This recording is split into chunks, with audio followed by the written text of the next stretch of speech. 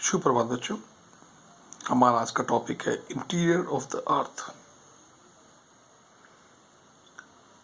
इसको शुरू करने से पहले आपको थोड़ी सी बातें बता दें कि जो हमारी लेयर्स है अर्थ की वो 3 है: क्रस्ट, मेंटल, कोर। क्रस्ट की जो एवरेज मोटाई है वो करीबन 33 किलोमीटर है, मेंटल 2900 किलोमीटर, और जो कोर का जो मोटाई है वो है 6370 किलोमीटर।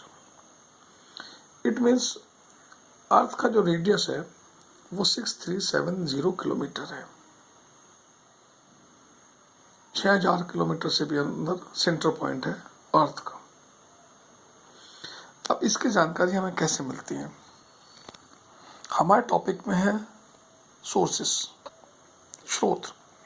कौन कौन से स्रोत है जिनसे हमें जानकारी मिलती है कि पृथ्वी के अंदर कैसा है। इन स्रोत को हम 2 पार्ट्स में डिवाइड करते हैं, एक डायरेक्ट, एक इनडायरेक्ट। डायरेक्टली वो होते हैं जिसमें हम माइनिंग के थ्रू हम ज़मीन के अंदर जाते हैं, खाने खोदते हैं या ड्रिलिंग करते हैं। साउथ अफ्रीका में सबसे गहरी माइनिंग 4 किलोमीटर की है और ओल माइनिंग जो है वो करीबन 6 किलोमीटर है। और सबसे डीपेस्ट माइनिंग जो की गई है वो आर्कटिक ओशन में की गई है, अबाउट 12 किलोमीटर। अब कहाँ तो हम जानकारी कर लेना चाहते हैं अर्थ की 6000 किलोमीटर तक की, और ड्रिलिंग हम कितनी कर पाए हैं डायरेक्ट सोर्सेज से? Only 12 kilometre. हम इसलिए ज़्यादातर इनडायरेक्ट सोर्सेज पर डिपेंड होते हैं। इनडायरेक्ट सोर्सेज के अंतर्गत आता है डेंसिटी, टेम्परेचर, प्रेशर, अर्थक्वेक, मेटेराइट्स, इनके द्वारा।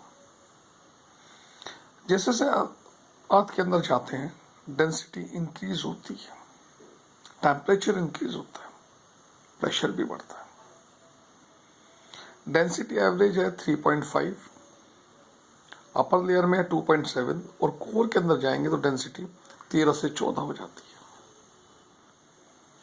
टेम्परेचर की बात करते हैं, हमें मालूम है कि 32 किलोमीटर नीचे जाने पर 1 डिग्री टेम्परेचर बढ़ता है, लेकिन ये रेशो बाद में इंक्रीज हो जाता है, घट पड़ जाता है।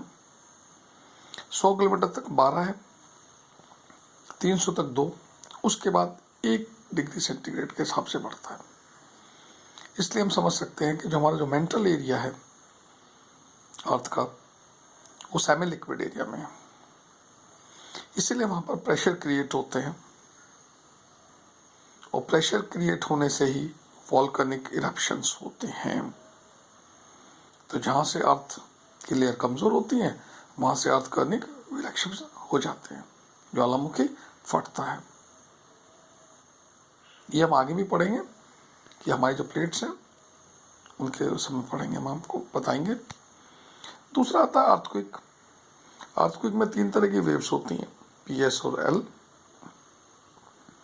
P वेव्स और L वेव्स तीनों में से पास हो जाती है, सॉलिड, लिक्विड और गैस में से।